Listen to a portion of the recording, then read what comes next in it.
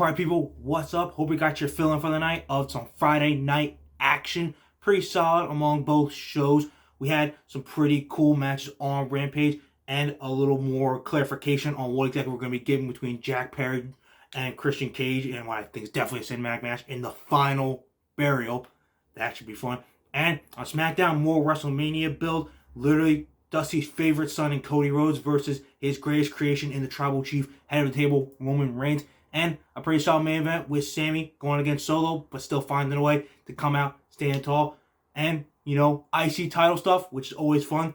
But, guys, don't worry, just because the fun on Friday nights on SmackDown and Rampage is over, does not mean that the good times gotta stop. Because you already know, newest episode of the Get to Gabe is coming at you right. Let me check the time. Oh, yeah, now.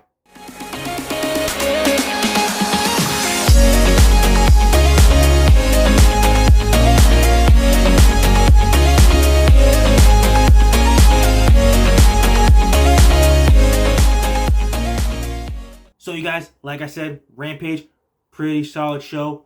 Overall, we had some great in-ring action. And, we got that last final piece of the puzzle for what Revolution is pretty much going to look like. We got some 0-hour action added to the show. Mark Briscoe and the Lucha Bros are going to be in trios action against, Ari Daivari and the Varsity Athletes. That should be pretty solid. It's always good to see Mark Briscoe and the Lucha Brothers. So, should not be a bad match for 0 hour. And we also got Dark Order boys, John Silver, Alex Reynolds going against BCC's Claudio Castagnoli and Wheeler Yuta. They'll probably end up getting involved with each other later on in the night during Moxley versus Page. I'm all for it. That's going to be a total hellstorm of a war with bloody violence and awesomeness. So, I'm all for it. But in terms of the actual show, we found out for Revolution, name got changed again. It will be Jungle Boy Jack Perry and Christian Cage, the final burial. I said on the last episode of Get to Gabe, Dynamite, this had the feel of a cinematic match. I don't think they're actually going to pull out a whole grave, like WWE used to back in the day, and you're going to physically get buried. I think this is going to be some sort of cinematic match like they used to do back in the day at Daly's Place, where it's like pre-recorded and they fight in like a graveyard or something. Almost like Undertaker AJ Styles Boneyard match.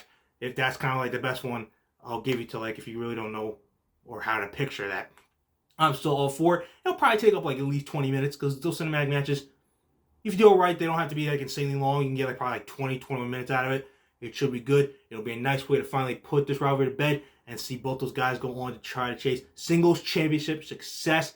This rivalry has been great. It sucked Christian Cage got hurt, but it didn't really delay any of the momentum because we just got right back into the swing of things with physicality and freaking getting personal. So, Jungle Boy Jack Perry, Christian Cage, the final burial. It's going to be a treat. I cannot wait for it. I can't wait for Revolution this Sunday night.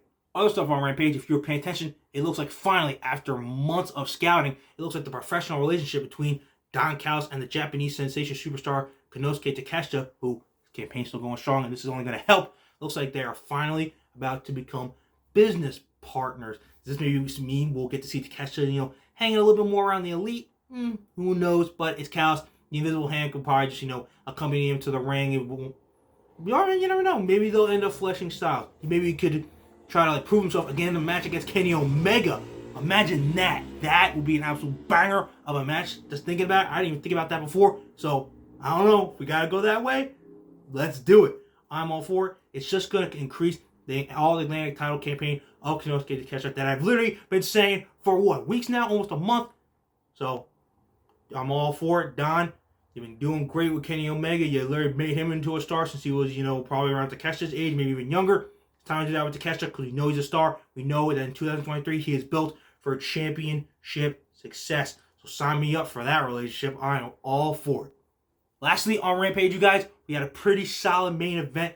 Dustin Rhodes, the last outlaw, the natural, teaming up with Limitless Keith Lee against Mogul affiliates Parker Boudreaux and Swerve Strickland. The match was pretty good, especially the ending sequence when, it really started getting crazy. But the dub got picked up by, what is it called? Naturally Limitless, Dustin Rhodes and Keith Lee.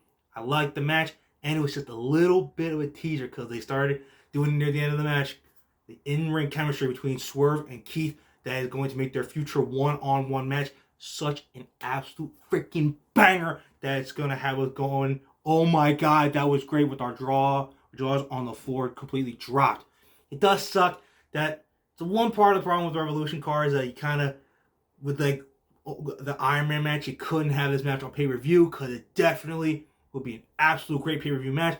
But it's fine. I don't mind seeing it for free on an episode of Dynamite coming up, like maybe a special one, like St. Patty's Day Slam. I think that's what they call it. They might end up doing it there. Either way, I cannot wait for those two to finally get in the ring one-on-one. This main event was a nice little case of these two getting together and the in-ring chemistry they can have. Plus, in terms of Dustin, he said he's hanging it up this year. So every great match that he has, it's one to just sink in, especially if you've been watching him for like his entire career or even some of it like I have. So, Dustin, it's always good for you to keep putting on bangers. Keep doing it. And Keith, Swerve, just keep building up that animosity just so when you clash, it is an absolute clinic. Okay, you guys, that's Rampage. Get it out of here. It's time to talk about big old black and blue SmackDown.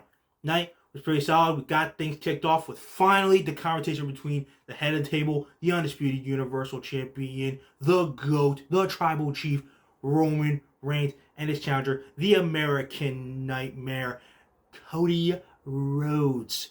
Segment was alright. I did like it. It was really good. They were kind of only just dipping their toes, like laying the groundwork for their build-up for the match at WrestleMania. They're probably only going to confront each other 2 more times.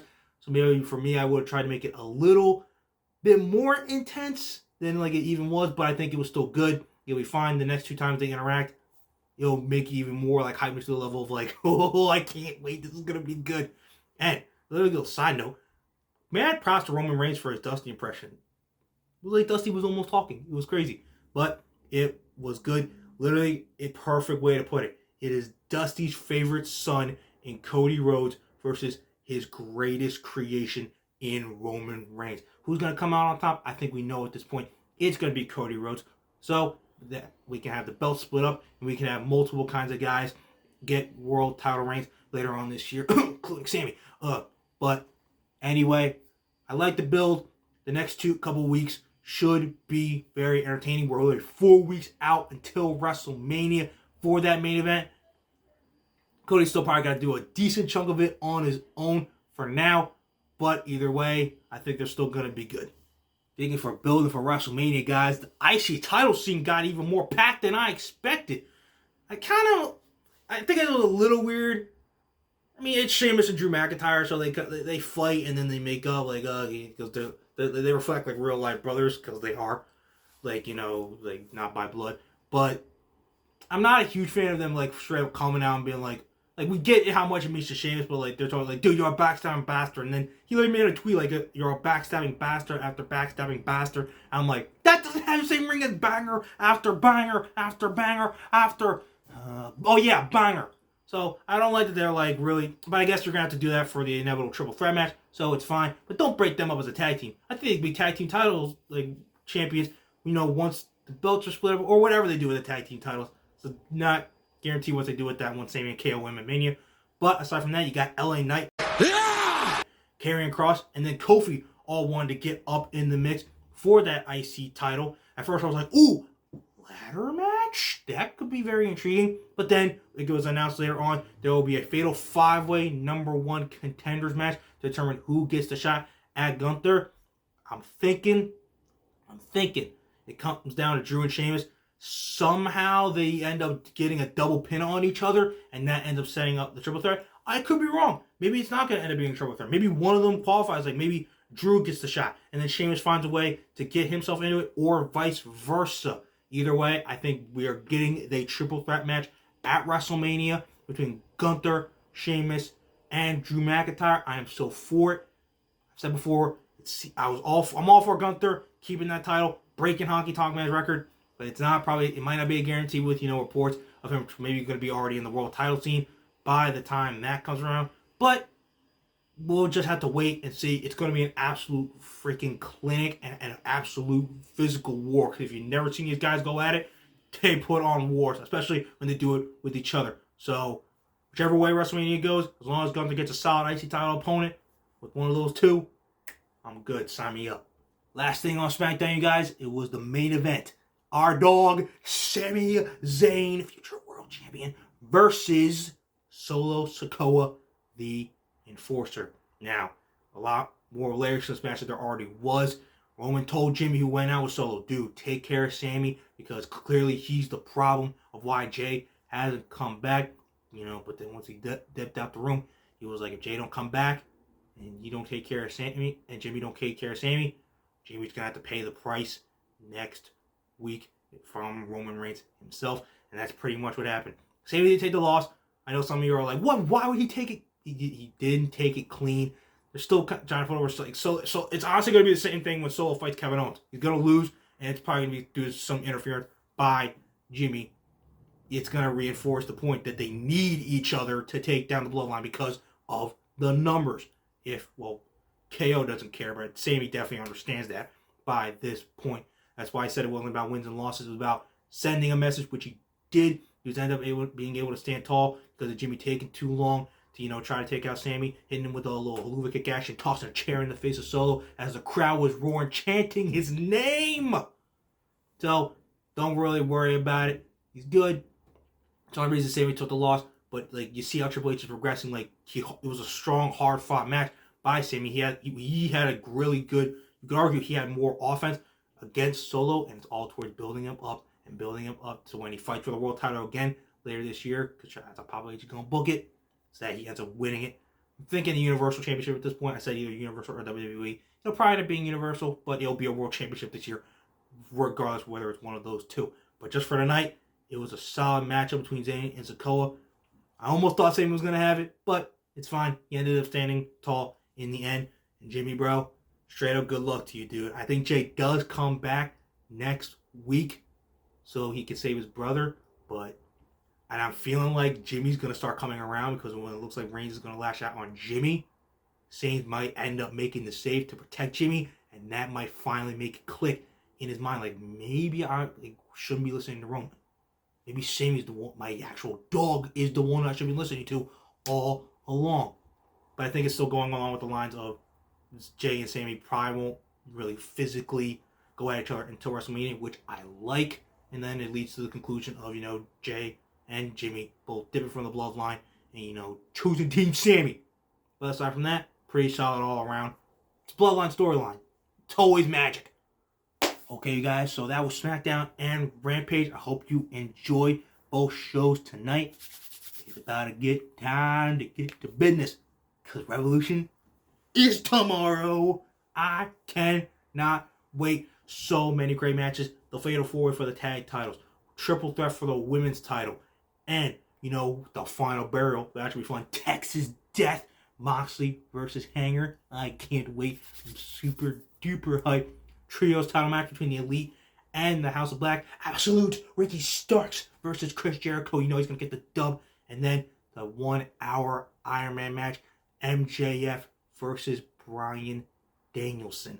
Guys, you are not going to want to miss Revolution. And more importantly, you're not going to want to miss what your boy, the best gift to Garrett Biz, has to say after Revolution. So, until then, you guys, don't forget to like, subscribe, do all that good stuff. And remember, when it comes to talking wrestling, who better to guide with than Gabe? See you guys after Revolution. If you're still awake, and you will be. Don't worry about it.